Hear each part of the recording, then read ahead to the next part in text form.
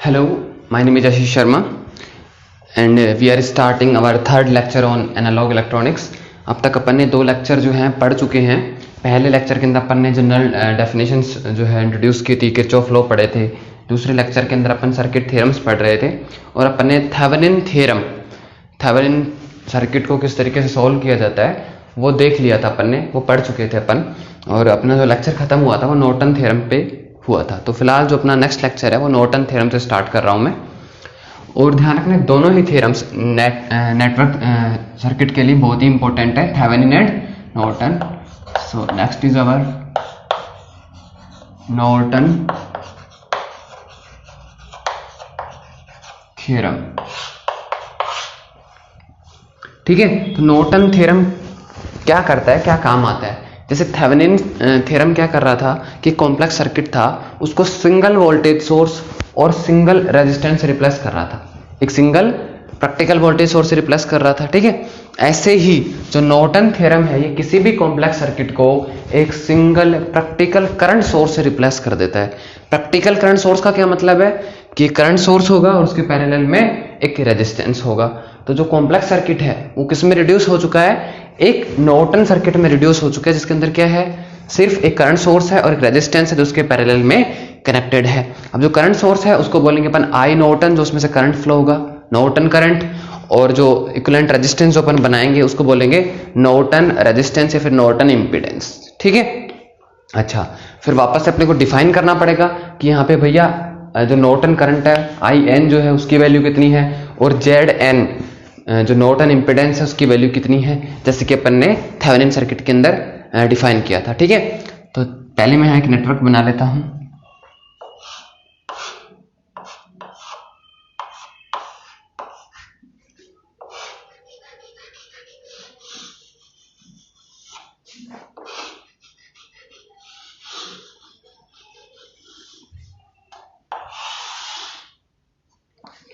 Suppose it's 10 ohm,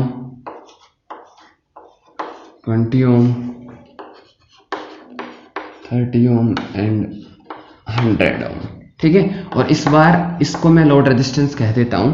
मतलब आपसे क्या पूछा गया है कि जो सर्किट है इसके जो दो पॉइंट है ए और बी, इनके लिए आपको Thevenin circuit Norton circuit reduce करना। थेवेनिन अपन ऑलरेडी पढ़ चुके हैं। तो स्टेटमेंट की बात करते हैं, नॉर्टन थ्योरम कहता क्या है?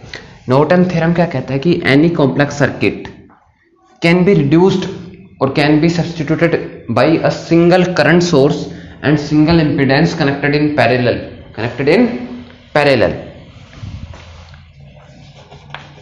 Any complex circuit can be substituted by single current source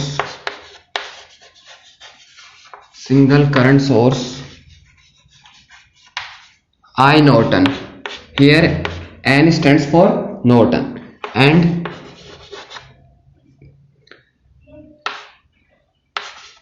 single impedance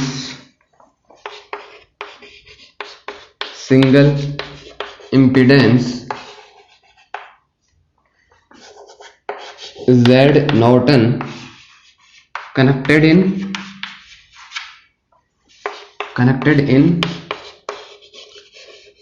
parallel.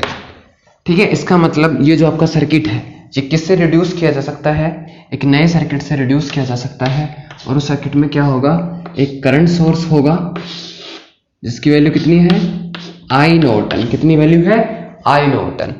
इसके पैरेलल में एक रेजिस्टेंस होगा, एक इंपीडेंस होगी जिसको अपन क्या कहेंगे, जेड नॉर्टन। ठीक है, और आगे अपना load resistance as it is. ठीक है, तो देखो हो क्या रहा है बेसिकली, ये जो आपका इतना सर्किट था ये किससे रिड्यूस हो गया है, एक सिंगल करंट सोर्स और एक सिंगल इंपीडेंस से रिड्यूस हो गया है। और ये दोनों ही थ्योरम क्या है, बहुत काम की है, ध्यान रखना, यहाँ से क्वेश्चन भी आ सकता है, Thevenin and Norton theorem. Okay ठीक है, अब अपना काम क्या है, ये तो हो गया। अब अपना काम है डिफाइन करना आई नॉर्टन को और जेड नॉर्टन को। तो देखो समझो, where Z Norton is equivalent impedance between load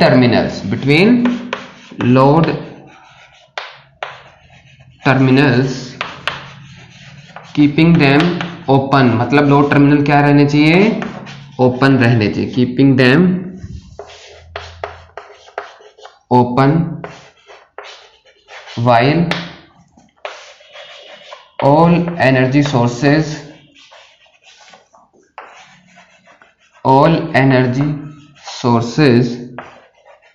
are replaced by their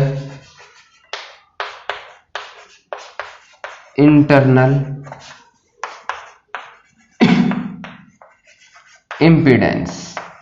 ठीक है, तो अगर आप ध्यान से देखोगे तो जेड नॉर्टन की डेफिनेशन वही है जो जेड थेवेनिन की थी, कि भैया आपको करना क्या है, इक्विवेलेंट इंपेडेंस निकालना है। कहाँ पे निकालना है, between the load terminals, load terminal पे निकालना है। क्या रखना है, उनको ओपन रखना है, मतलब लोड टर्मिनल्स को ओपन रखना है, मतलब लोड रेजिस्टेंस को हटा देना है, मतलब लोड टर्मिनल ओपन। वाइल, जबकि all energy sources are replaced by their internal impedance, जितने भी एनर्जी या पावर सोर्सेज हैं, जैसे बैटरी हो गया या हो सकता है इसमें भी कोई करंट सोर्स हो, उनको उनकी इंटरनल इम्पिडेंस है रिप्लेस कर दो। ठीक है, आगे समझ में कि जेड नॉर्टन क्या हो गया, कि जो आपका सर्किट है, इस सर्किट में इसको ओपन कर दो, उसके बाद जितने भी एनर्जी सोर्सेज हैं उनको उनकी इंटरनल इम्पिडेंस से रिप्लेस कर दो, उनकी आंतरिक प्रतिबाधा से रिप्लेस कर दो। तो इसके लिए तो क्या कर देते हैं, शॉर्ट कर देते हैं बैटरी को, तो और करंट सोर्स को क्या कर देते हैं, ओपन। करंट सोर्स को क्या कर देते हैं अपन, ओपन, क्योंकि करंट सोर्स के लिए आइडियली इंपेडेंस कितना होता है, इन्फिनिटी। ठीक है, ठीक है, और फिर इन दोनों पॉइंट के बीच में इंपेडेंस निकाल लो, जो इंपेडेंस आएगी वही क्या है, जेड नॉर्टन। तो मैं सर्किट बना रहा हूं, ठीक है ना, सर्किट बना रहा हूं कि किस तरीके का जो है सर्किट बनेगा, कैलकुलेशन ऑफ जेड नॉर्टन। ठीक है, सर्किट बनाते हैं और फिर करके भी बताते हैं। ठीक है, देखो वोल्टेज सोर्स है, बैटरी है, इंटरनल इंपेडेंस 0 मतलब शॉर्ट कर दो, शॉर्ट कर दिया। ये रेजिस्टेंस एज इट इज 10 ओम, ठीक है, ये 20 ओम, ठीक है, ये 30 ओम, ये लो, और लो टर्मिनल ओपन करने हैं तो ओपन कर दिए। ये पॉइंट रहा ए, ये रहा पॉइंट बी, ठीक है। ये कितना ओम है, 10 ओम, ये कितना ओम है, 20 ओम, ये कितना ओम है, 30 ओम।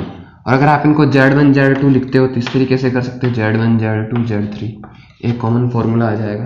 ठीक है, तो बताओ, आप करना बताया था, कल भी अच्छे से समझाया था, दोबारा बता देते हैं क्या हो रहा है। ये Z3 सीरीज में, किसके सीरीज में, Z1 और Z2 के पैरेलल कॉम्बिनेशन की, इनके Z1 और Z2 के पैरेलल जो कॉम्बिनेशन है, जो समांतर श्रेणी का जो कॉम्बिनेशन है, उसका जो रिजल्ट है वो Z3 के साथ सीरीज में है। कल भी करना सिखाया था।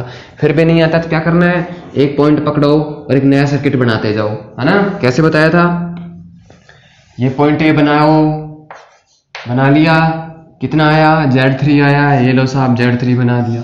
Z3 से 2 ब्रांच आ गई, 2 रास्ते आ गए, एक ये चला गया, दूसरा ये चला गया। ये जो दोनों हैं मिल रहे हैं और बी पे जा रहे हैं, तो इन दोनों को मिला दिया और कहाँ गए, बी पे गए। ये ए है, ये Z3 है, ये Z1 है, ये Z2 है।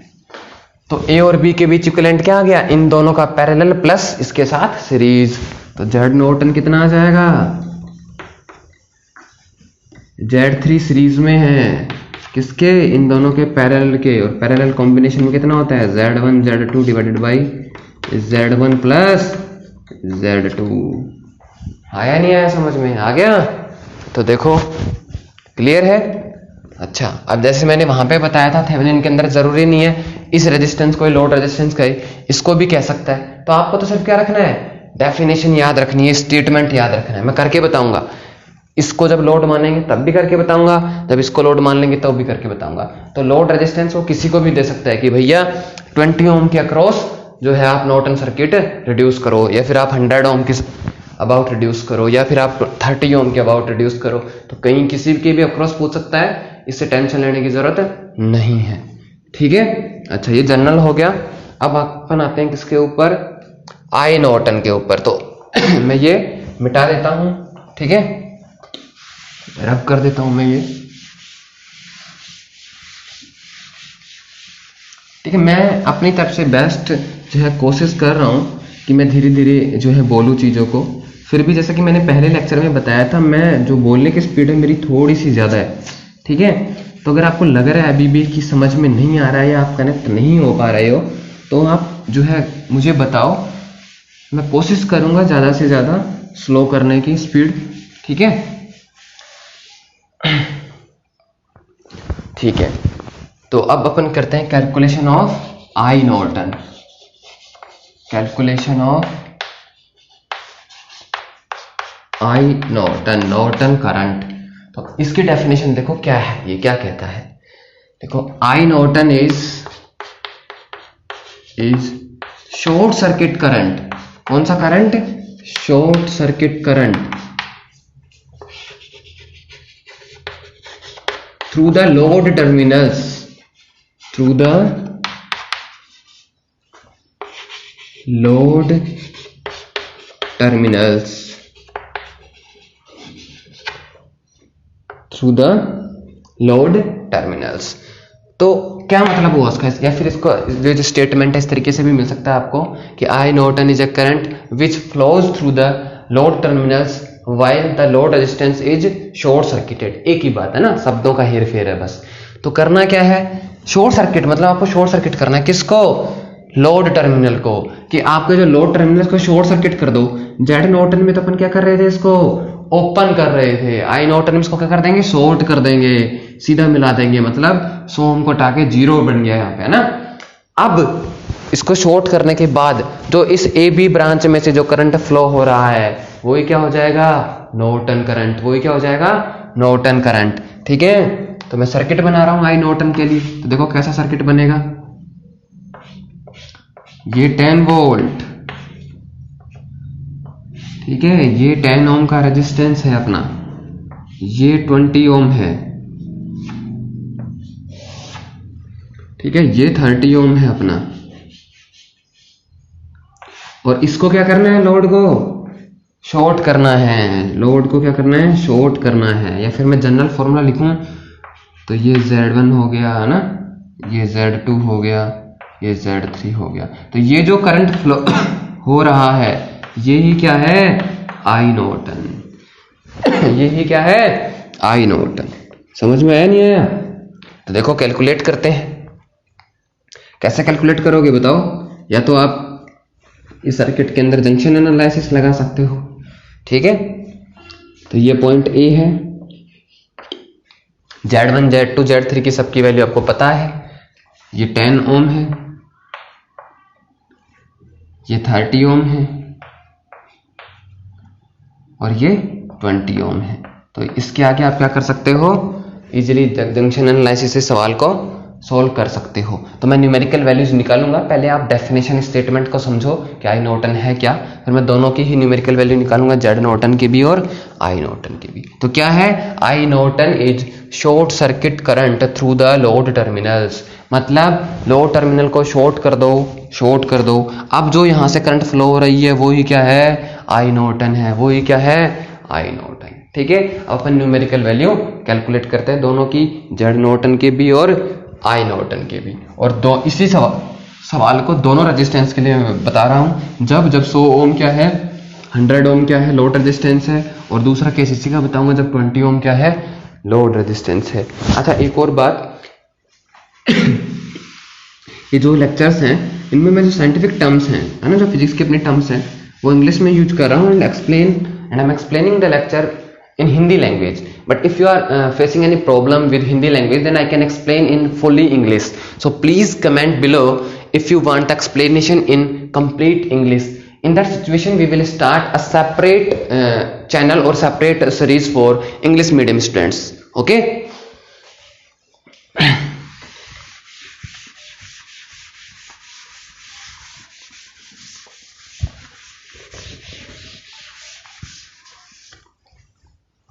ठीक है, तो न्यूमेरिकल वैल्यू कैलकुलेट करते हैं.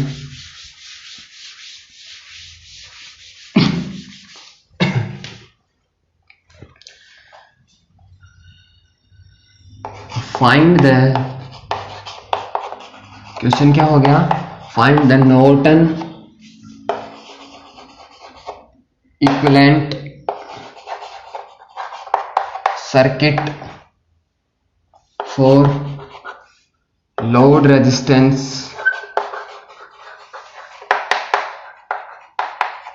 100 ओम. या फिर सेम किसी इस तरीके से लिखा जा सकता था कि जो टर्मिनल है ए और बी के लिए आप क्या करो, इसको नॉर्टन सर्किट में रिड्यूस करो. ठीक है, तो सबसे पहले कैलकुलेशन ऑफ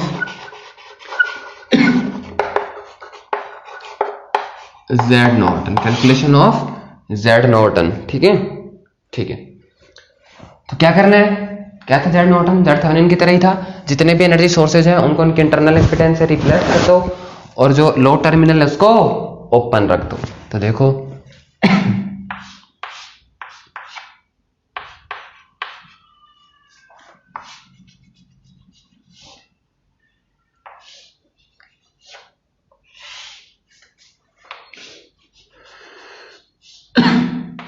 ये ओपन कर दिया और इसको क्या करना है, इंटरनल इंपेडेंस से रिप्लेस करना है. तो बैटरी के लिए क्या करते हैं, शॉर्ट कर देते हैं. ये लो, तो ये है 10 ओम, ये है 20 ओम, ये है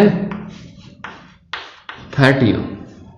क्लियर है, चलो. तो और ये टर्मिनल हो गए अपने ए और बी, और इनके बीच का जो ये नेट इंपेडेंस है ये ही क्या है, जेड नॉर्टन. तो क्या हो रहा है, इन दोनों का पैरेलल इसके साथ सीरीज में है. तो जेड नॉर्टन क्या हो गया, 30 प्लस इन दोनों का parallel 10 into 20 divided by 10 plus 20. So basically this is 30 plus 200 divided by 30. 20 by 3, 3 3 is 9. 90 plus 10, 110 divided by 3. ये आ गया आपका जेड नॉर्टन. बताओ कोई दिक्कत हो तो यहां तक नहीं है. इसके बाद अपन क्या कैलकुलेट करते हैं, आई नॉर्टन कैलकुलेट करते हैं. कैलकुलेशन ऑफ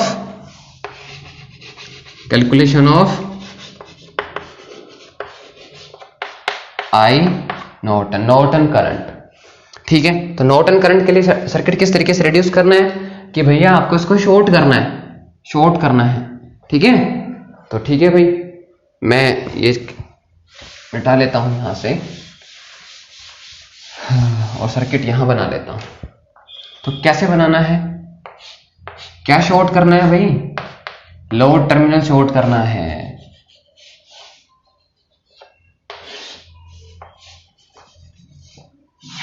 ये लो, और जो लोड टर्मिनल में से जो करंट जा रहा है वही क्या है, आई नॉर्टन है.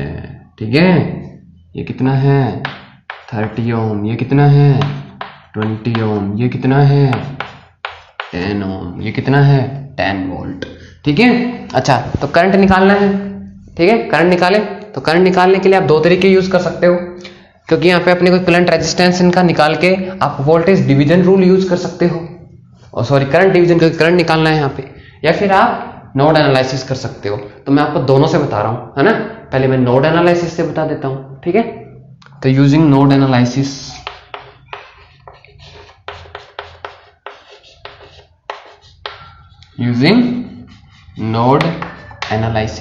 तो देखो क्या होगा नोड एनालिसिस से, क्या होता है. पहला पॉइंट नोड एनालिसिस का, जंक्शन एनालिसिस का, फाइंड द नोड्स. इनको आप ए और बी मैंने दे रखे हैं, इनको कुछ भी जैसे स्मॉल ए और स्मॉल बी डिनोट कर देता हूं मैं. Find the nodes, find the reference node. Negative terminal से कनेक्टेड है तो ये हो गया रेफरेंस नोड, तो ये हो गया 0 वोल्ट. ठीक है। अब मैंने डायरेक्ट लगाना सिखाया था ना आपको, यहाँ वोल्टेज होगा VA। अब मैं वापस करंट वगैरह नहीं मानूंगा, मैं डायरेक्ट लगाना सिखाया था आपको, तो मैं VA डायरेक्ट कैलकुलेट करता हूँ। कैसे बताया था बताओ, जो भी नोड है उसकी वोल्टेज लिखो, फिर जितनी भी ब्रांचेस जा रही है सभी के लिए इक्वेशन आ जाएगी। जैसे इधर आओ, VA minus 10 divided by 10 plus VA, इसके लिए बताओ, इस ब्रांच के लिए VA minus 0 divided by 20 plus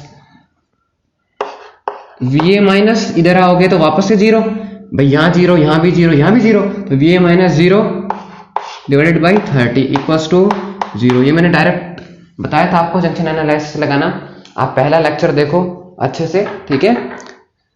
अगर दिक्कत है तो यहाँ पे पहले और सेकंड लेक्चर में मैंने अच्छे से एक्सप्लेन किया है। तो यहाँ से VA कैलकुलेट हो जाएगा, ये VA by 10 minus 1 plus VA divided by 20 plus VA divided by 30 equals to 0।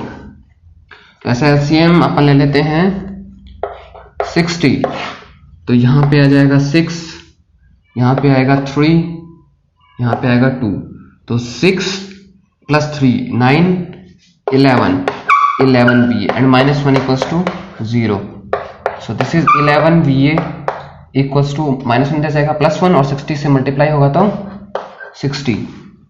So VA equals to nothing but 60 by 11 volt, 60 by 11 volt.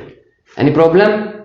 ठीक है, VA आ गया। चाहिए क्या आपको? आई नॉर्टन करंट निकालना सिखाया था पहला लेक्चर बहुत इंपॉर्टेंट है। मैं कह रहा हूं एनालॉग इलेक्ट्रॉनिक्स आपकी सबसे ज्यादा इंपॉर्टेंट है फर्स्ट और सेकंड लेक्चर में, क्योंकि वहां मैंने आपको सर्किट सोल्व करना सिखाया है। यहां तो थियरम से सब वैसे ही कर रहे हैं, सर्किट जैसे जिसको सोल्व करना आता है उसको सब आता है। आगे डायोड पढ़ेंगे, डायोड में भी सर्किट सोल्व करने पड़ेंगे, क्लिपर क्लैम्पर पढ़ेंगे, सब खेल किसका है अब? सर्किट थ्योरी का खेल है। तो फर्स्ट लेक्चर कंप्लीट देखो, सेकंड लेक्चर कंप्लीट देखो। जिसको नहीं आता है ना, जिसको भाई सर्किट थ्योरी आती है वो स्किप कर सकता है, आगे जो टॉपिक में आपको दिक्कत आए आप वहां से देख सकते हो। इसके बाद जस्ट आज ही अपन डायोड स्टार्ट कर लेंगे इस लेक्चर के खत्म होने के बाद। तो VA आपके पास आ गया, तो आई नॉर्टन कितना हो जाएगा? ये VA यहाँ पे 0, तो आई नॉर्टन कितना आ गया? करंट कहां से ओरिजिनेट हो रहा है वो वोल्टेज लिखो, VA से कहां को जा रहा है? यहां आ रहा है, दूसरा नोड 0 है, डिवाइडेड बाई 30, और VA आपका कितना है? 60 बाई 11, तो 60 बाई 11 और 30 तो है ही, तो कितना आ गया? 2 बाई 11 एम्पियर। बोलो आया नहीं आया? आया। तो इस सर्किट है अपना, तो इसके जगह अपन ये सब्स्टिट्यूट कर सकते हैं, जहां पे आई नॉर्टन कितना होगा? 2 बाई 11 एम्पियर, और जेड नॉर्टन कितना होगा? 110 डिवाइडेड बाई 3, 110 डिवाइडेड बाई 3 ओम। बोलो आया नहीं आया? ठीक है, नहीं आया तो आप बताना, एक्सप्लेन किया जाएगा। मैं मतलब पूरी कोशिश कर रहा हूं, ठीक है ना। अच्छा, एक और चीज है, कुछ लोग नेगेटिव कमेंट्स पुट कर रहे हैं after the message for CSIR net and exam students. जो मैंने बताया था कि आपको ऑनलाइन कोर्स क्यों नहीं खरीदना है या क्या नुकसान है, ठीक है ना। तो देखो, मेरा कोई पर्पज, मैंने लास्ट लेक्चर में भी कहा था, मेरा कोई पर्पज जो है किसी को अपोज करना नहीं है। I am not a person with a limited thinking, समझो इस चीज को ना। तो मेरा कोई ऐसा मोटिव नहीं था कि मैं किसी को पर्सनली अटैक कर रहा था। मैं सिर्फ स्टूडेंट इंटरेस्ट के लिए मैंने वो चीज़ बताई थी। फिर भी अगर आपको लगता है कि आपको ऑनलाइन कोर्सेज बाकी इंस्टीट्यूट के खरीदने चाहिए तो आप खरीद सकते हो यार, मेरी जेब से पैसा नहीं लग रहा है, ठीक है ना। मुझे क्या फर्क पड़ेगा ये बताओ। मेरे भी आप पे भी खरीद लो आप, मैं तो कहता हूँ अगर आप पेमेंट कर रहे हो तो आप मेरे लिए भी खरीद लो, है ना, कोई इश्यू नहीं है मेरे को। दूसरी चीज, अगर आप नेगेटिव कमेंट्स पुट कर रहे हो मेरी वीडियोस के नीचे, तो आपको ये लिखने की जरूरत नहीं है कि I hope you want delete this comment. Believe me, I wouldn't, नहीं करूंगा मैं डिलीट, यकीन मानो। आप कितना ही नेगेटिव कमेंट पुट करो, मैं उसे डिलीट नहीं करूंगा। इवन अगर आप सोशल मीडिया पे, मेरा पेज है इनफाइनाइट एपियरो के नाम से, और काफ़ी समय से, काफ़ी 3-4 साल से वो एक्टिव है। अगर आप वहाँ मेरे स्टूडेंट से भी इंटरेक्ट करोगे जो मेरे क्लासरूम में पढ़ चुके हैं, तो मैं गूगल फॉर्म भरवाया करता था फीडबैक के लिए, और उसके अंदर मैं कभी भी नेम मैंडेटरी नहीं करता था। और वो फॉर्म जो था मैं ऑनलाइन पब्लिश करता था सभी स्टूडेंट्स के लिए, और हर एक स्टूडेंट बाकी स्टूडेंट के रिव्यू भी देख सकता था। तो नेगेटिव रिव्यूज भी आते थे उसके अंदर, और वो तो कुछ भी नहीं, आपको पता क्लासरूम के जो बच्चे हैं तो काफी नेगेटिव रिव्यूज दे देते थे। तो घबराने की जरूरत नहीं है भाई, नेगेटिव कमेंट आप पुट करो, कोई प्रॉब्लम नहीं है मुझे, है ना। हाँ जस्ट, और एक और चीज, कुछ लोग जैसे इंस्पिरेशन की बात करते हैं, मोटिवेशन इंस्पिरेशन की बात करते हैं, तो देखो मैं आपको एक चीज बता रहा हूँ जिससे मैं रिकमेंडेशन दे रहा हूँ आपको। एक बुक है the power of subconscious mind, power of subconscious mind. आप उसको एक दिन कंप्लीट, दिन रात लगो, उसके जितने भी चैप्टर आप पढ़ सकते हो कंटिन्यू पढ़ो। मतलब जब मैंने पढ़ा था, मैं यकीन दिला रहा हूं आपको, आप एटलीस्ट एक वीक तक, एटलीस्ट 7 डेज तक आप एक एटम बम की तरह रहोगे, है ना, फुल ऑफ कॉन्फिडेंस। 7 दिन के बाद जैसे जैसे कम होने लगे, आप वो बुक दोबारा पढ़ लो, क्योंकि राइटर ने लिखा है कि भैया ये बुक जो है एक बार पढ़ने के लिए नहीं है, आप इसको बार बार पढ़ो। तो अगर आपको जैसे कॉन्फिडेंस की जो है थोड़ी कमी है, या फिर ऐसा लग रहा है कि इंस्पिरेशन नहीं आ रही है, देखो सबसे बड़ी चीज है एक्सेप्ट करना। मैं भी आलसी हूं, आलस मुझे भी आता है ना, वैसे नहीं कह रहा मैं परफेक्ट हूं, आलस सभी को आता है। मेन चीज ये कि अगर आपको ओवरकम करना है लेजीनेस से, तो जस्ट रिकमेंडेशन थी कि आप पावर ऑफ सबकॉन्शियस माइंड पढ़ सकते हैं, और आप कम से कम एक वीक तक बिल्कुल एटम बम की तरह फटोगे, गारंटी है मेरी, है ना। तो देख लेना, आप ऑनलाइन मिल जाएगी वो बुक। अच्छा हाँ, ये मार्केटिंग नहीं कर रहा हूँ उस बुक की, है ना, तब ऐसा लगे मैं मार्केटिंग कर रहा हूँ यहाँ। ठीक है, तो ये क्वेश्चन समझ में आपको आ गया होगा।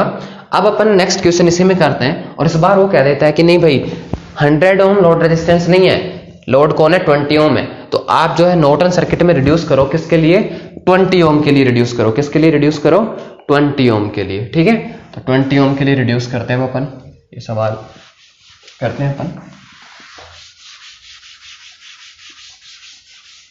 हाँ एक और चीज, जैसे अगर आपको लग रहा है कि 20 मिनट्स 25 मिनट्स 30 मिनट्स इनमें जो है सिलेबस कंप्लीट नहीं होगा, तो जब मैं कह चुका हूँ कि होगा तो डेफिनेटली होगा। एक्चुअली अभी तक मेरे जो है एनालॉग इलेक्ट्रॉनिक्स के 2 लेक्चर अपलोड किए हैं हमने, है ना, और लगभग 90+ मिनट्स के हैं। अब हो क्या रहा है कि इतना ज़्यादा ड्यूरेशन होने की वजह से यूट्यूब पे अपलोड करने में काफ़ी दिक्कत आती है ना। अब हमारे पास की एक टीम तो है नहीं, एंड टेक्निकली जो इतनी जो टर्म्स हैं मुझे तो कुछ पता भी नहीं किस तरीके से क्या अपलोड करना होता है। जो हमारे अंकित सर हैं वही ये सब करते हैं, ठीक है ना। तो काफ़ी दिक्कत आती है, इंटरनेट प्रॉब्लम आती है काफ़ी, इसीलिए हम थोड़ा क्या जो ड्यूरेशन है लेक्चर का वो थोड़ा कम कर रहे हैं। शायद आज 60 मिनट्स का ही होगा, लेकिन कंटिन्यू लेक्चर्स आएंगे। जब मैं कह चुका हूँ कि जो सब्जेक्ट्स मैं पढ़ाने वाला हूँ उनकी गारंटी मैंने ली है ना, तो डेफिनेटली होंगे। जब भी आपका एग्जाम है, मतलब लास्ट 1 मंथ के अंदर मैं कोशिश करूंगा कि most of the part electrodynamics का भी कवर कर लें, क्योंकि इलेक्ट्रॉनिक्स के बाद मैं इलेक्ट्रोडायनेमिक्स स्टार्ट करने की सोच रहा हूँ, लेकिन अगर स्टूडेंट्स कहेंगे तो मैथमेटिकल फिजिक्स स्टार्ट कर लेंगे, ठीक है। अच्छा, तो अब अपन सोल्व करते हैं क्वेश्चन।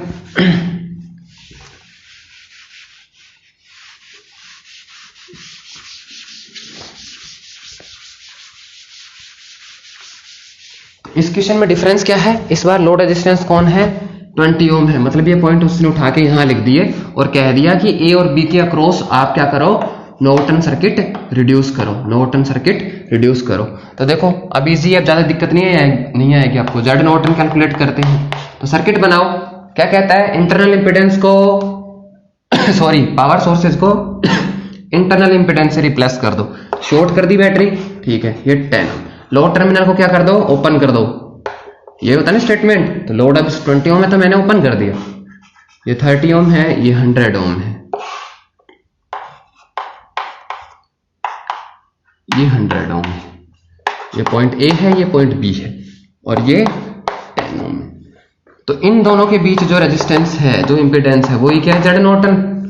अरे क्या था स्टेटमेंट कि जितने पावर सोर्स है उनको इंटरनल इंपेडेंस से रिप्लेस कर दो, कर दिया ना, शॉर्ट कर दिया देखो, और जो लोड टर्मिनल है उनको ओपन कर दो।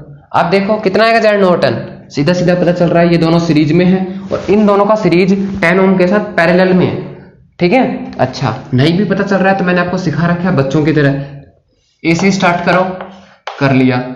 2 ब्रांचेज हैं, 2 ब्रांच बना दो, एक ब्रांच पे 10 ओम है, एक ब्रांच पे 10 ओम है, एक ब्रांच पे 30 ओम है, एक ब्रांच पे 30 ओम है, 30 ओम से आगे 100 ओम है, ये 100 ओम है।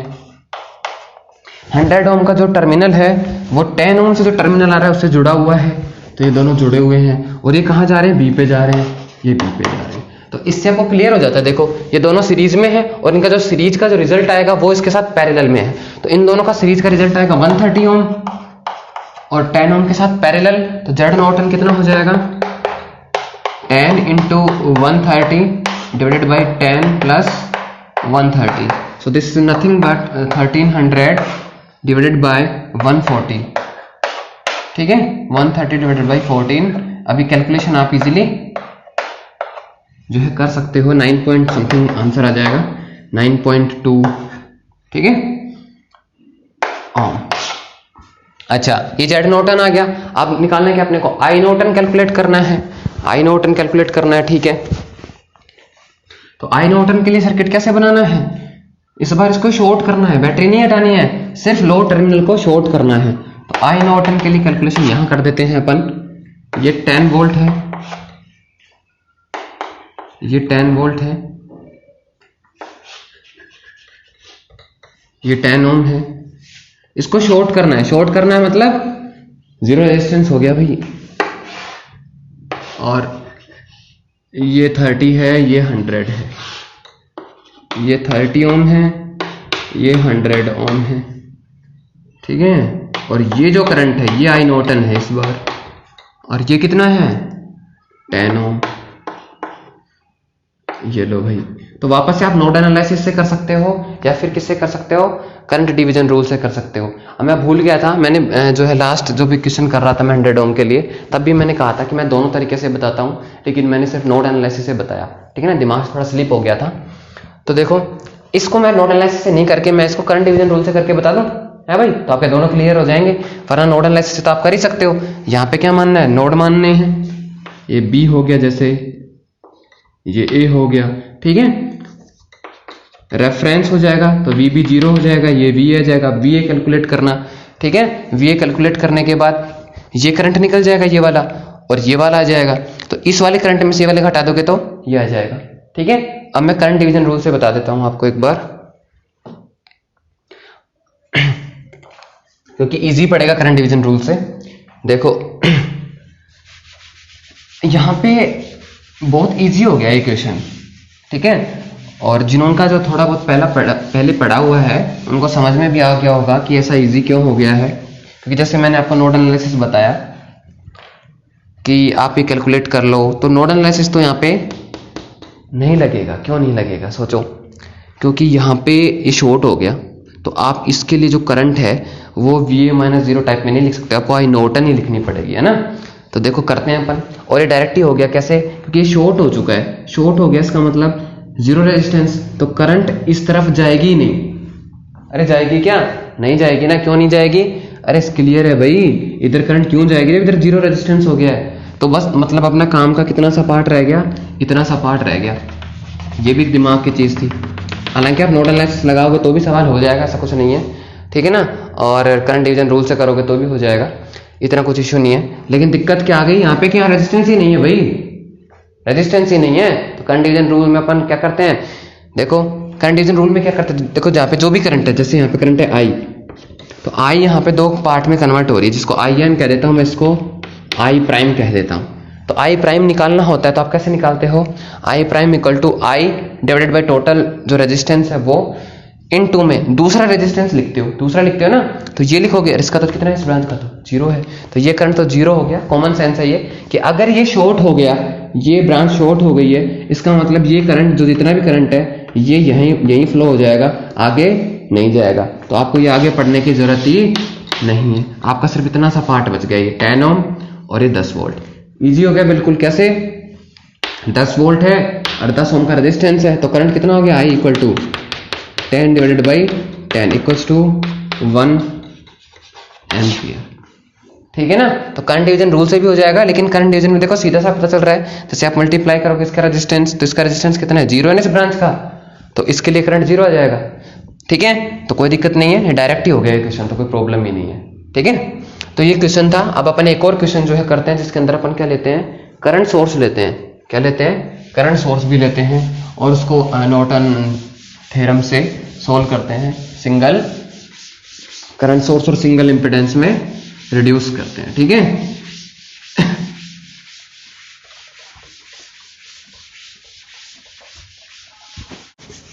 ठीक है, तो अब अपन नेक्स्ट क्वेश्चन करते हैं नॉर्टन थ्योरम का ही। इस बार करंट सोर्स लेते हैं, है ना, करंट सोर्स लेते हैं। जैसे मान लो एक करंट सोर्स है एक 6 एम्पियर का, और यहाँ पे जैसे मान लो ये लो 5 ओम का रेजिस्टेंस है। यहाँ मैं एक बैटरी जोड़ देता हूँ 10 वोल्ट, ये 4 ओम का रेजिस्टेंस है, और ये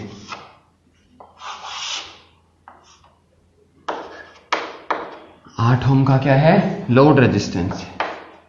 और ये पॉइंट दे देता है वो ए और बी, और क्या पूछ लेता है कि पॉइंट ए और बी के लिए आप क्या करो, नॉर्टन सर्किट रिड्यूस करो, यानी नॉर्टन करंट निकालो और नॉर्टन इम्पिडेंस कैलकुलेट करो। तो अपने को क्या करना है, मतलब इतने सर्किट को रिड्यूस करना है सिंगल करंट सोर्स से और सिंगल इम्पिडेंस से। अब ये क्वेश्चन देखो, बहुत अच्छा क्वेश्चन है ना, इसमें करंट सोर्स भी है, वोल्टेज सोर्स भी है, रेजिस्टेंस भी है। इन सबको किससे रिड्यूस कर देना है, एक सिंगल करंट सोर्स प्लस एक सिंगल इम्पिडेंस जो उसके पैरेलल में कनेक्टेड रहेगा। तो कुछ नहीं याद रखना, बस अपने को जो नॉर्मल जो स्टेटमेंट है कि जेड नॉर्टन क्या है और आई नॉर्टन क्या है, वही याद रखने हैं। ठीक है, करें, चलो। तो भाई कैलकुलेशन ऑफ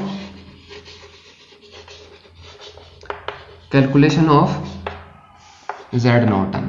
ऐसे पता क्या कि मैं काफी अलग अंदाज में पढ़ाता था क्लासरूम के अंदर, और यहाँ पे मेरे से इस तरीके से जो कंटिन्यू नहीं किया जा रहा है, ठीक है। तो फिर भी अगर आप एंजॉय कर रहे हो क्लास को, कि मेरा ये आदत होती थी, मैं हमेशा क्लास के अंदर इस तरीके से पढ़ाना चाहता था कि स्टूडेंट्स एंजॉय करें, है ना। तो मैं चाहता हूँ कि यहाँ पे भी आप थोड़ा ऐसे डिप्रेशन में नहीं आए, हंसते मुस्कुराते रहें। तो आप मेरे को बताना कि आप एंजॉय कर रहे हो या नहीं कर रहे हो क्लास में, ठीक है। बाकी अपने को जोक वोक भी आते हैं, जोक सुना देंगे। कैलकुलेशन ऑफ जेड नॉर्टन, तो क्या करते हैं, जेड नॉर्टन कैलकुलेट करना है तो जितने भी जो एनर्जी सोर्सेज हैं उनको उनकी इंटरनल इम्पिडेंस से रिप्लेस कर दो। किससे रिप्लेस कर दो, इंटरनल इम्पिडेंस से रिप्लेस कर दो।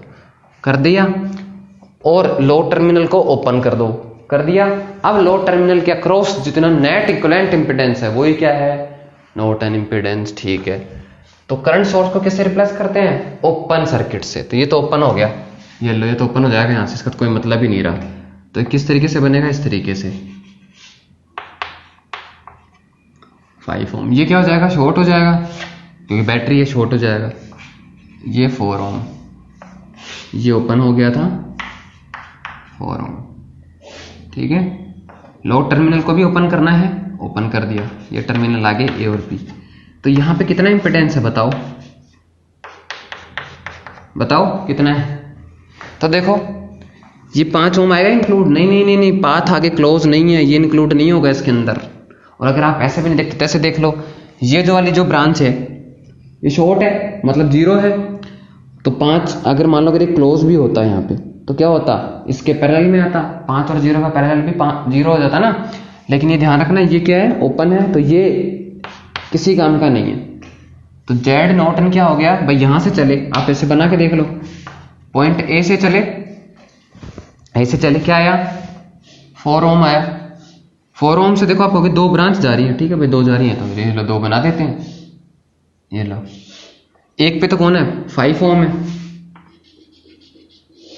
ठीक है। और एक कहाँ है, बी पे जा रहा है, एक कहाँ आ गया, यहाँ बी पे आ गया। तो आपको कहाँ पता करना है, आपको तो ए और बी के बीच में पता करना है। तो शॉर्ट हो गया ना भाई, ये दोनों हैं, इनका तो कोई लिंक ही नहीं रहा। अब ये जो 5 ओम है ये तो बिल्कुल ओपन हो गया, यहाँ से ओपन है, इसका कोई कनेक्शन ही नहीं है यहाँ कि आप कोई कॉम्बिनेशन निकालोगे। तो बेसिकली जेड नॉर्टन कितना हो गया, जेड ए बी कितना हो गया, 4 ओम, कितना आ गया, 4 ओम। क्योंकि इसको ओपन अगर यहाँ पे बैटरी होती तो ये शॉर्ट हो जाता, क्या हो जाता, शॉर्ट हो जाता। और उस केस में भी कितना आता जेड नॉर्टन, उस केस में भी 4 ही आता। कैसे, जैसे मान लो अगर यहाँ पे 6 एम्पियर के करंट सोर्स की जगह बैटरी होती कोई भी, तो भी 4 ही आता। क्यों, क्योंकि ये दोनों कनेक्ट हो जाते हैं। अब तो भी 5 और 0 का पैरेलल कॉम्बिनेशन कितना आता, 0 ही आता, ठीक है ना। तो दोनों ही केस में जेड नॉर्टन 4 है, चाहे यहाँ पे करंट सोर्स होता चाहे वोल्टेज सोर्स होता इस सवाल में। क्योंकि यहाँ पे क्या एक वोल्टेज सोर्स है जो इसको शॉर्ट कर रहा है, लेकिन यहाँ पे अपना क्या है, ये करंट सोर्स है, तो ये ओपन रहेगा। तो ये तो आ गया अपना जेड नॉर्टन। अब अपने क्या कैलकुलेट करना है, 4 ओम आ गया भाई जेड नॉर्टन, मैं ऊपर लिख देता हूँ यहाँ 4 ओम। अब अपने क्या कैलकुलेट करना है, आई नॉर्टन, ठीक है, आई नॉर्टन कैलकुलेट करते हैं।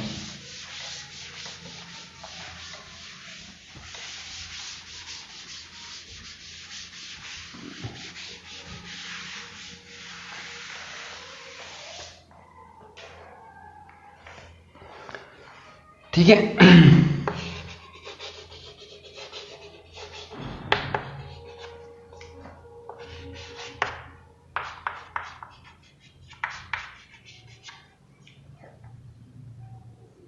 नॉर्टन करंट स्टेटमेंट याद करो, क्या है कि लोड टर्मिनल को शॉर्ट कर दो, और लोड टर्मिनल को शॉर्ट करने के बाद जो इसमें से करंट फ्लो हो रहा है वही क्या है, नॉर्टन करंट। बहुत ही सिंपल क्वेश्चन है।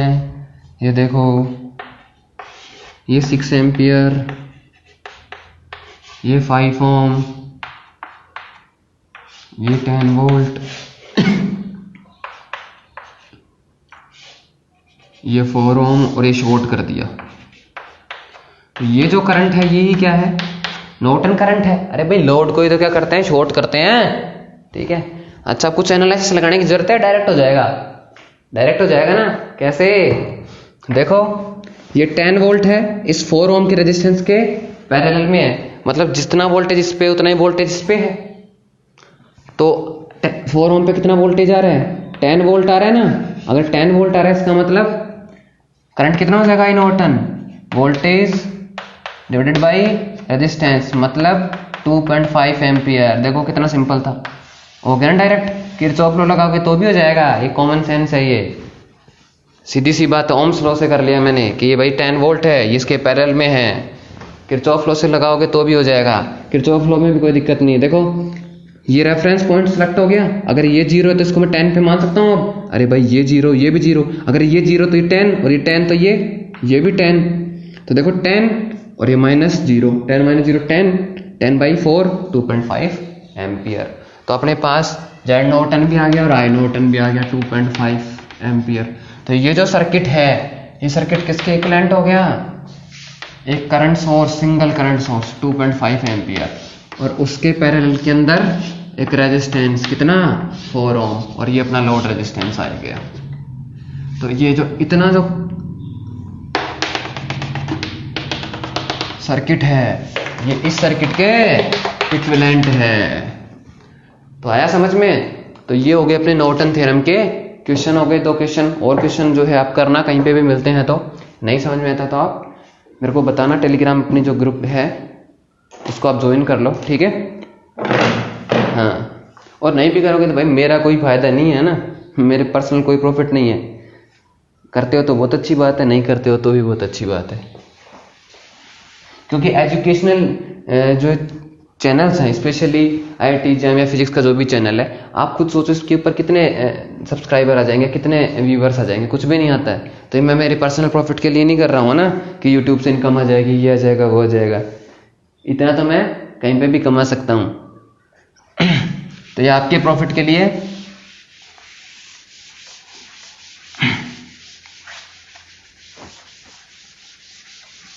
चलो अब नेक्स्ट जो थ्योरम्स हैं वो ज़्यादा इतनी इंपॉर्टेंट है नहीं, तो मैं जो उनके स्टेटमेंट आपको बता देता हूँ। जैसे रेसिप्रोसिटी थ्योरम है, ठीक है, और मैक्सिमम पावर ट्रांसफर थ्योरम है।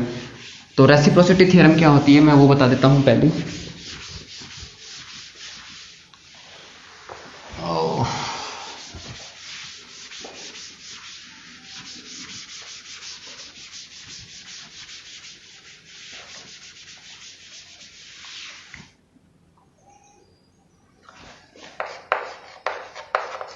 रेसिप्रोसिटी थ्योरम, अब ये जो रेसिप्रोसिटी थ्योरम है ये अपने ग्रेजुएशन के सिलेबस में भी है, इलेक्ट्रॉनिक्स में। बहुत से स्टूडेंट्स जिन्होंने ग्रेजुएशन में हैं या जो ग्रेजुएशन पास आउट हैं उनको पता होगा।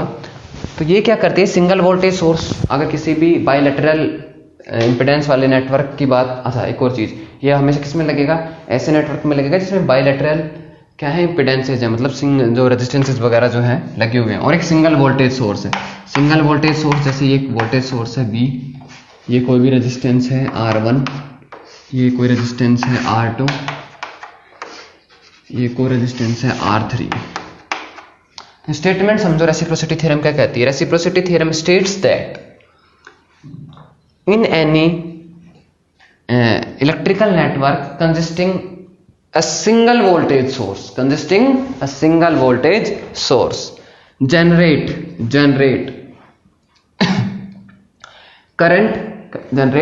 current I in secondary loop, जैसे मान लो ये कहाँ पे फर्स्ट लूप के अंदर है, ये फर्स्ट लूप है अपना और ये सेकेंड लूप है अपना ना।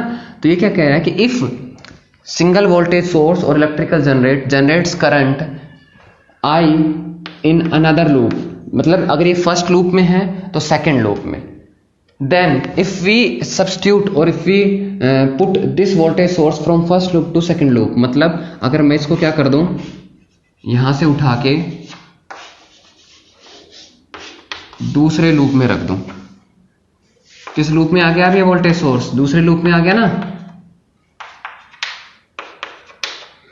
तो अब पहले लूप में, अब किस में, अब पहले लूप में जो करंट होगा वो करंट कितना होगा, आई ही होगा। क्या होगा, आई ही होगा। या फिर आप इसको इस तरीके से ले सकते हो कि अगर ये आई है और ये आई प्राइम है तो आई और आई प्राइम क्या होंगे, बराबर होंगे।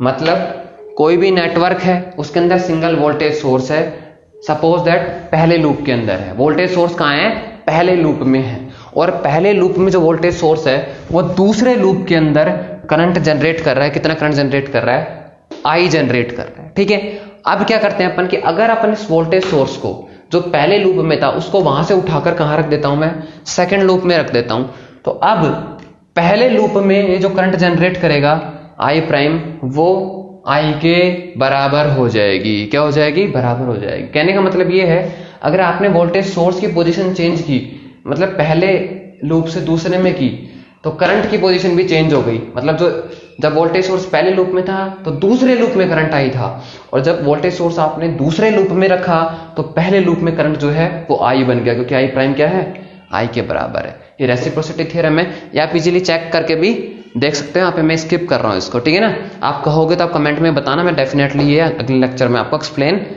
कर दूंगा। नोट्स आप अगर कहोगे तो टेलीग्राम लिंक जो है दे दी जाएगी आपको, वहां से आप डाउनलोड कर सकते हो एनालॉग इलेक्ट्रॉनिक्स के नोट्स, ठीक है। अच्छा, दूसरी एक और वेल नोन थ्योरम है maximum power transfer theorem. Maximum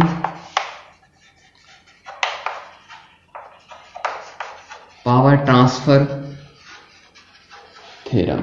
maximum power transfer theorem क्या कहती है कि power transfer to the load is maximum in the situation when the internal impedance of source is equal to the impedance of load मतलब जिस case के अंदर load impedance source की impedance के बराबर हो जाएगा, उस केस के अंदर जो पावर जो डिलीवर होगी लोड को वो मैक्सिमम होगी। ठीक है, ये तो है रियल, जब अपने क्या है रियल एलिमेंट्स हैं सर्किट के अंदर। और अगर मान लो जैसे कैपेसिटर इंडक्टर वगैरह लगे हुए हैं तो उस केस के अंदर अपन जैसे कैपेसिटर के लिए एक्सी कितना लिखते हैं, 1/i/ω-c, है ना। ऐसे ही इंडक्टर के लिए कितना लिखते हैं, i/ω-l। तो अगर इमेजिनरी टर्म भी है तो उस केस में क्या होता है, कॉम्प्लेक्स कॉन्जुगेट होता है। मतलब जो इंटरनल इंपिडेंस है वो लोड इंपिडेंस की अगर कॉम्प्लेक्स कॉन्जुगेट है तो मैक्सिमम पावर ट्रांसफर होगी लोड को। और अगर रियल है तो उस केस में दोनों बराबर। तो जैसे मान लो मैं यही सर्किट ले लेता हूं, यहाँ पे मैं एक लोड लगा देता हूं, ये लो लोड। तो इस लोड को जो मैक्सिमम पावर ट्रांसफर होगी वो उस केस में होगी जब ये जो सर्किट है। ऐसा एक और चीज मैंने एक दिन पहले भी बताया था लेक्चर के अंदर कि अगर मैं किसी भी बैटरी से पंखा चला रहा हूं, फैन चला रहा हूं, तो बैटरी का इंटरनल इंपिडेंस प्लस जो पंखे तक के जो वायर जा रहे हैं, फैन तक जो वायरिंग है, वायर जो जा रहा है, उसका इंपिडेंस भी सोर्स के इंपिडेंस में ही क्या है, कंसिडर किया जाएगा। तो मतलब यहां से पहले जितना भी इंपिडेंस है वो सब क्या है, सोर्स का ही इंपिडेंस माना जाएगा। समझ में मेरी बात। तो इस जो बॉक्स है, इस बॉक्स के अंदर जितनी भी इंपिडेंस है, इनका नेट इंपिडेंस को किससे लिख रहे हैं अपन, सोर्स RS से लिख देता हूं मैं। ये किसके बराबर हो जाएगा, RL के बराबर जब हो जाएगा उस केस के अंदर मैक्सिमम जो है पावर ट्रांसफर होगी लोड को। ये क्या है, मैक्सिमम पावर ट्रांसफर थ्योरम। तो अगर ऐसा कभी क्वेश्चन आता है तो क्या कहता है वो, जैसे इनमें से R2 गायब कर दिया या R3 गायब कर दिया, इनमें से एक गायब कर देता है और आपसे पूछता क्या है कि बताओ R3 की वो वैल्यू बताओ जब RL पे मैक्सिमम पावर ट्रांसफर होगी। ठीक है, तो आप इनका इक्विवेलेंट इंपिडेंस निकालोगे और उसको किसके बराबर रख दोगे, RL के बराबर रख दोगे। तो इजीली आप क्या निकाल सकते हो, वैल्यू फाइंड आउट कर सकते हो। बाकी अपन क्वेश्चंस करेंगे तो उसके अंदर आपको अच्छे से और समझ में आ जाएगा। तो ये तो गया रियल का। लेकिन अगर कभी कॉम्प्लेक्स एलिमेंट है जैसे कैपेसिटर इंडक्टर है, उस केस के अंदर क्या होना चाहिए, कॉम्प्लेक्स कॉन्जुगेट होता है। जैसे आर एस की वैल्यू जैसे मान लो अगर क्या है, आर एस की वैल्यू जैसे मैं जेड एस डिनोट कर देता हूँ, जेड एस। तो अगर इसके दो पार्ट हैं ए प्लस आयोटा बी, तो जो जेड एल है वो क्या होना चाहिए, ए माइनस आयोटा बी टाइप का होना चाहिए, है ना, कॉम्प्लेक्स कॉन्जुगेट होना चाहिए। उस केस के अंदर मैक्सिमम पावर ट्रांसफर होगी। और अगर रियल है तो रियल के अंदर तो R S equal to R L आ गया है। तो मेन जो कुछ थ्योरम्स थी, सर्किट थ्योरम्स जो अपन ने पढ़ ली हैं, अब अपन कुछ सर्किट थ्योरी के कुछ क्वेश्चंस करते हैं। ठीक है, चलो।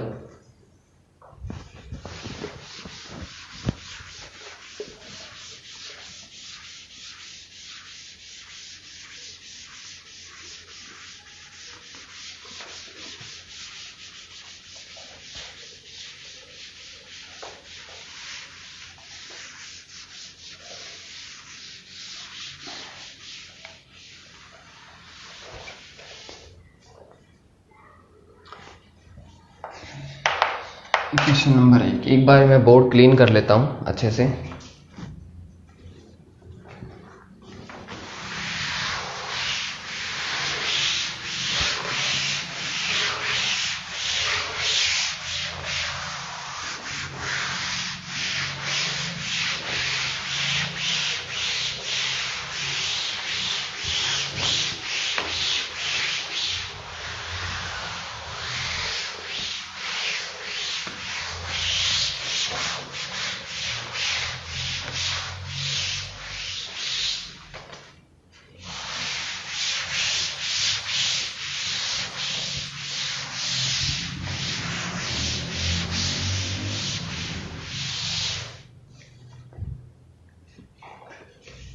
ठीक है, तो क्वेश्चन नंबर 1 मैं आर्बिट्रेरी कोई भी क्वेश्चन बना रहा हूं यहां।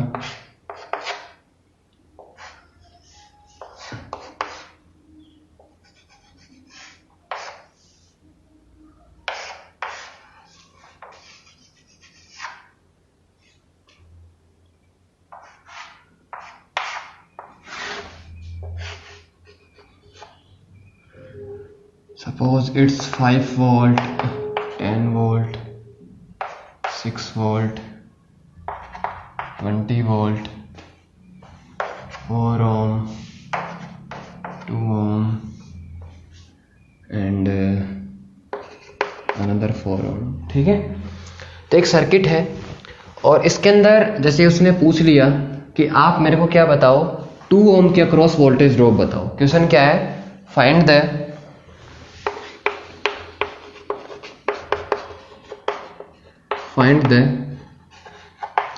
voltage drop across 2 ohm resistance। ठीक है अच्छा, तो देखो इजीली अपन इसको सोल्व कर सकते हैं। सिंगल लूप है तो अपन क्या लगाएंगे, मैश एनालिसिस लगाएंगे, कोई इश्यू नहीं आएगा अपने को। ठीक है, मैश एनालिसिस, तो लूप एनालिसिस से अपन इस सवाल को सोल्व कर रहे हैं, लूप एनालिसिस से।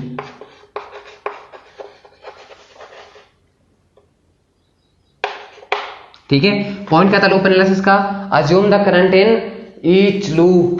जितने भी लूप हैं सभी के अंदर करंट मान लो। एक ही लूप है तो कोई दिक्कत ही नहीं है, ये लो इस लूप में करंट मान लिया मैंने आई, आप किसी भी डायरेक्शन में मान सकते हो।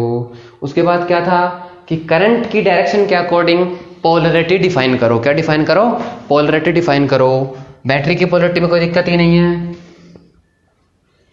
ये माइनस, ये प्लस, ये माइनस। अच्छा, करंट देखो इस रेजिस्टेंस में लेफ्ट टू राइट जा रहा है, लेफ्ट टू राइट जा रहा है, इसका मतलब ये प्लस, ये माइनस, ये माइनस, ये प्लस। इसमें देखो ऊपर से नीचे आएगा तो ये प्लस, ये माइनस, माइनस, ये प्लस। और यहाँ पे देखो इस तरफ आएगा राइट टू लेफ्ट, मीन्स ये प्लस और ये माइनस। ठीक है, ठीक है। अब अपने को क्या करना है, केवीएल अप्लाई करना है, केवीएल अप्लाई करना है। तो मैं यहां पे अप्लाई कर लेता हूं केवीएल।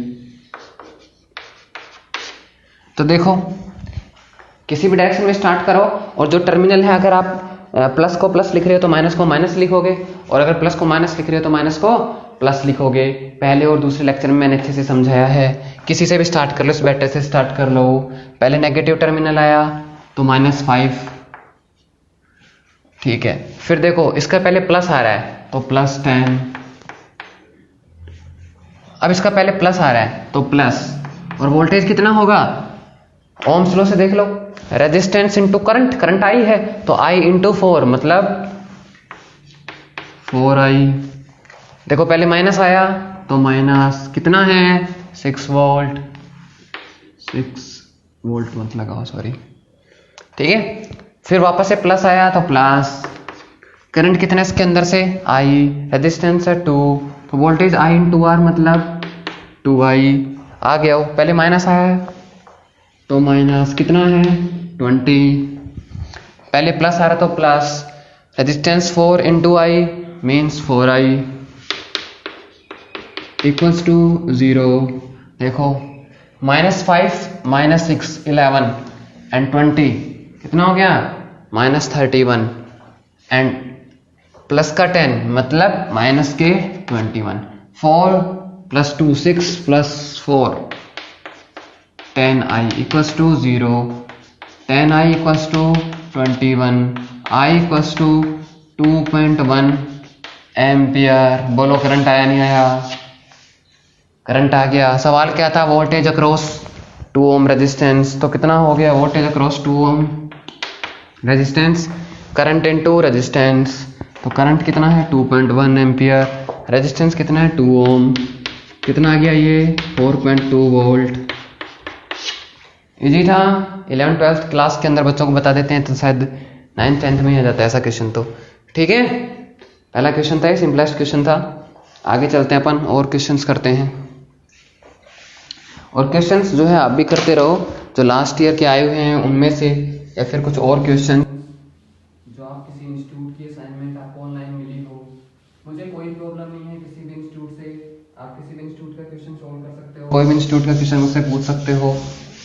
मुझे आएगा तो वही बता दूंगा, नहीं आएगा तो मना कर दूंगा। शक्तिमान तो हूँ नहीं, है ना, क्या शक्तिमान का तो पता नहीं, खैर पर रजनीकांत तो वही सारे क्वेश्चन कर देता होगा, है ना। हाँ मतलब फिजिक्स का रजनीकांत नहीं हूँ मैं,